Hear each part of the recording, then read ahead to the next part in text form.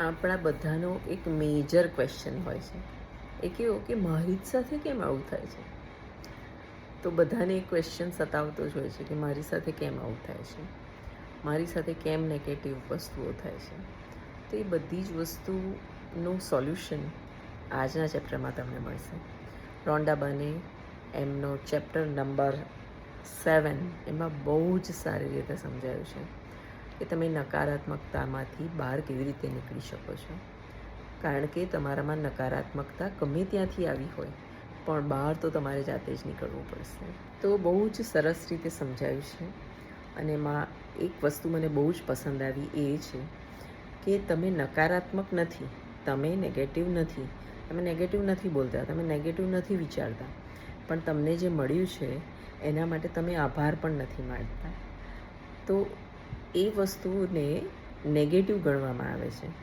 તમને જે મળ્યું છે એનો તમે આભાર નથી માનતા, તમે કોઈ વસ્તુની કમ્પ્લેન નથી કરતા, બરાબર છે, પણ તમને જે મળ્યું છે એને તમે એપ્રિશિએટ નથી કરતા, તો તમારા ઉપર કૃપા થતી નથી અને તમે એમને નેગેટિવ ગણાવવા માંડો છો.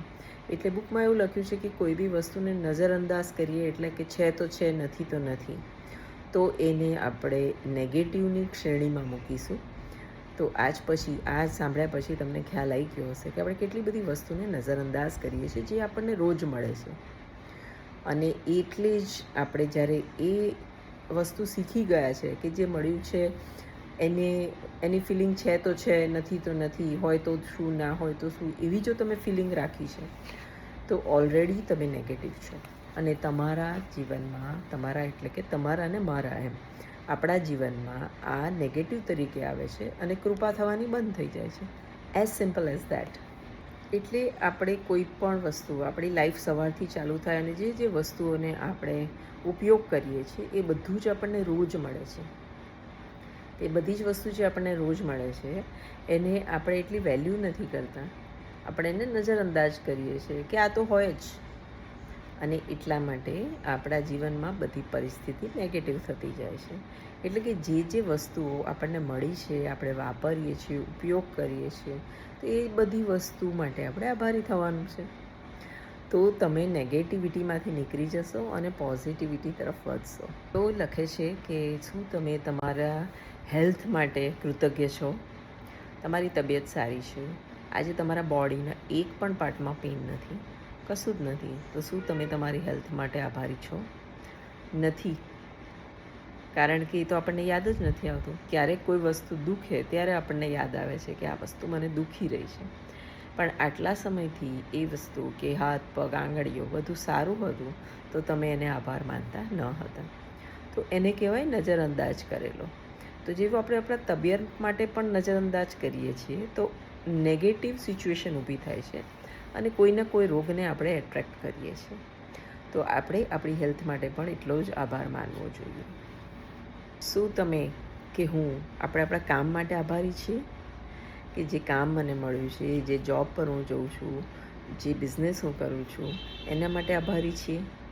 જો નથી તો તમે એને ટેકન ફોર ગ્રાન્ટેડ લઈ લીધું છે, એને નજરઅંદાજ કરો છો અને પછી ત્યારે તમને સિચ્યુએશન જ્યારે ડાઉન થતી જાય છે ત્યારે તમને ચિંતા થાય છે અને તમે ત્યારે આભાર કરવાનું ચાલુ કરી દો છો. That want work. ઘણા લોકો તો જ્યારે એવું સાંભળે કે નોકરીમાંથી બધાને કાઢવાના છે ત્યારે એ લોકો આભાર માનવાનું ચાલુ કરે કે મારી પાસે આ નોકરી છે, હું આભારી છું, આભારી છું. તો રોન્ડાબન આપણને એ જ સમજાવે છે કે તમારે જે પણ મળ્યું છે હેલ્થમાં, પૈસામાં, જોબમાં, રિલેશનમાં, એનો તમે આભાર માનશો ને તો એ તમારા તરફથી દૂર જશે જ નહીં, પ્લસ નવી ઓપોર્ચ્યુનિટી લઈને આવશે. અને એટલે જ જ્યારે તમે કોઈ વસ્તુ કે કોઈ સંબંધની કમ્પ્લેન કરો છો તો આકર્ષણના નિયમ પ્રમાણે વધારે ને વધારે એવી સિચ્યુએશન ઊભી થાય છે કે તમને વધારે કમ્પ્લેન કરવા મળે. એટલે તમારું ભાગ્ય ડાઉન જાય કારણ કે તમે કમ્પ્લેન કરવા મળે, તમારો સંબંધ ખરાબ થાય કારણ કે તમને કમ્પ્લેન કરવા મળે. તો આકર્ષણનો નિયમ બંને બાજુ કામ કરે છે, પોઝિટિવ બાજુ પણ કામ કરે છે અને નેગેટિવ બાજુ પણ કામ કરે છે. જો તમને ખરેખર એવી ટેવ પડી હોય કે વાતાવરણની કમ્પ્લેન કરવાની, કેટલો તાપ છે, કેટલો વરસાદ છે, બહુ ઠંડી પડે છે, ખાવાનાની કમ્પ્લેન હોય, આજે આ શાક કેમ બનાવ્યું છે, આજે રોટલી કેમ નથી, ભાખરી કેમ નથી, ખીચડી તો કાયમ આપણી જ ઘેર બનવાનું. તો તમને ખાવાની કમ્પ્લેન છે, તમને વાતાવરણની કમ્પ્લેન છે, તમને માણસોની કમ્પ્લેન છે. આ માણસ આવું, પેલું માણસ પેલું, આનો તો સ્વભાવ નથી સારો, આ તો લુચ્ચા લુચ્ચી, જે બી માણસોની પણ તમે કમ્પ્લેન કર્યા કરો છો, સંબંધોની કમ્પ્લેન કરો છો, વસ્તુઓની કમ્પ્લેન કરો છો. જો તમને બધી જ કમ્પ્લેન જ કરવાની ટેવ છે તો આકર્ષણના નિયમ પ્રમાણે તમને કમ્પ્લેન કરતી વસ્તુઓ મળશે. તો જેટલું જલ્દી તમે આ વસ્તુ સમજો એટલું જ જલ્દી તમારું જીવન બદલાશે. તમારે પોતાને બદલવાના છે એટલે પરિસ્થિતિ બદલાઈ જશે. તો હવે આપણે સમજી ગયા છે કે જો કોઈ વસ્તુની કમ્પ્લેન કરવી અથવા એને સરખું માન ન આપવું એટલે કે એને નજરઅંદાજ કરવું, તો એ બંને વસ્તુ નેગેટિવ છે અથવા એના માટે નેગેટિવ શબ્દો બોલવા, તો એ બધું જે નેગેટિવ ભેગું થશે તો તમારી લાઈફમાં નેગેટિવિટી આવશે. પણ તમે જે વસ્તુ મળી છે એને એપ્રિશિએટ કરો છો, આભાર માનો છો, એના માટે સારા શબ્દો બોલો છો, એના માટે ખુશી અનુભવો છો, તો એ બીજી 4 વસ્તુ સારી લઈને આવશે તમારી માટે. ને મેજિક તો જુઓ કેવું છે કે જ્યારે તમે કૃતજ્ઞ હશો એટલે આભારી હશો તો નેચરલી તમે આભારી હશો તો કમ્પ્લેન તો નહીં જ કરો, કારણ કે તમારા હૃદયમાં આભાર છે, હેપીનેસ છે, સેટિસ્ફેક્શન છે, તો તમે કમ્પ્લેન નહીં કરો. અને જ્યારે તમે કમ્પ્લેન નહીં કરો અને આભારી હશો તો આભારી થવા માટે તમને વધારે ને વધારે વસ્તુઓ અને સિચ્યુએશન મળશે. એટલે આકર્ષણના નિયમ પ્રમાણે તમને એવી એવી વસ્તુઓ મળશે તેના માટે તમે આભારી થઈ શકશો. હવે આપણા બધાનો એક ક્વેશ્ચન હોઈ શકે છે, પણ ખરેખર મારા જીવનમાં તકલીફ છે તો પણ હું નેગેટિવ ના થઉં? હા, તો પણ નેગેટિવ નથી થવાનું. ખરેખર જીવનમાં તકલીફ હોય તો તમારે જે પાર્ટમાં તકલીફ નથી એના વિશે વિચારવાનું છે. જો પૈસાની તકલીફ છે તો એને વિચારવાનું જ નથી, સારા સંબંધ વિશે વિચારવાનું છે કે તમારી પાસે કયા કયા સારા સંબંધ છે, કયા કયા લોકો છે જેની સાથે તમે સારી રીતે વાત કરી શકો છો, પેટ ચૂંટી વાત કરો છો, બેસી શકો છો, જમી શકો છો, ફરવા જઈ શકો છો. તો ઓટોમેટિક તમને એમના માટે આભારી થવાનું મન થશે. એટલે જે તમારી નેગેટિવ સિચ્યુએશન છે પૈસાની એ તમારા મગજમાંથી નીકળી જશે. એટલે જે પણ નેગેટિવ સિચ્યુએશન છે એને આપણે જરાય ભાવ આપવાનો નથી, અને એને ભૂલવા માટે આપણે પોઝિટિવ સિચ્યુએશન શોધી અને એનો આભાર કરવાનો છે. એટલે જે નેગેટિવ સિચ્યુએશન છે એ પણ બદલાઈ જશે. તો અહીં આ બુકમાં, આ ચેપ્ટરમાં રોન્ડા બર્ન આપણને એક ફિલ્મ સજેસ્ટ કરે છે, એનું નામ છે પોલિયાના. તો તમે લોકો યુટ્યુબ ઉપર એ ફ્રીમાં આપેલી છે. પોલિયાના નામનું પિક્ચર છે, ઇંગ્લિશ અને હિન્દીમાં છે. એમાં એક નાની છોકરીની વાત છે કે આખો દિવસ કેવી રીતે ખુશ રહેવું. તો એ આજનું તમારા બધાનું હોમવર્ક છે અને એ ફિલ્મ જોવાની અને એમાંથી આપણે શીખવાનું છે. અહીં રોન્ડા બર્ને પોતે એક એક્ઝામ્પલ આપે છે કે એક નકારાત્મક સ્થિતિ છે, કઈ કે નોકરી નથી મારી પાસે. સાચી એ નકારાત્મક સ્થિતિ છે, આપણે બધા માનીએ છીએ.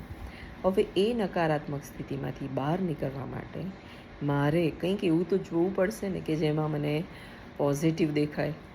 તો એ કેવી સિચ્યુએશન મારે પોતાની આંખોને, હૃદયને આપવી પડશે જેનાથી મને પોઝિટિવિટી આવે.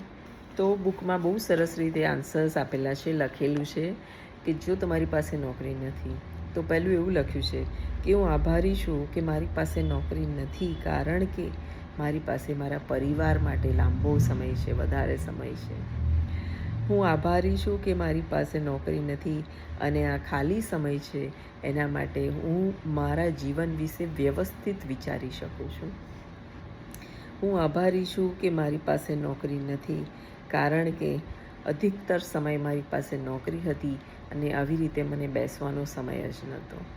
હું આભારી છું કે મારી પાસે નોકરી નથી, કારણ કે મને જીવનમાં એ પણ ખબર પડી કે બેરોજગાર રહેવું શું છે. હું આભારી છું કે મારી પાસે નોકરી નથી, કારણ કે આ ખાલી સમયમાં હું જાણી શક્યો કે કેટલી અલગ અલગ પ્રકારની નોકરીઓ અવેલેબલ છે.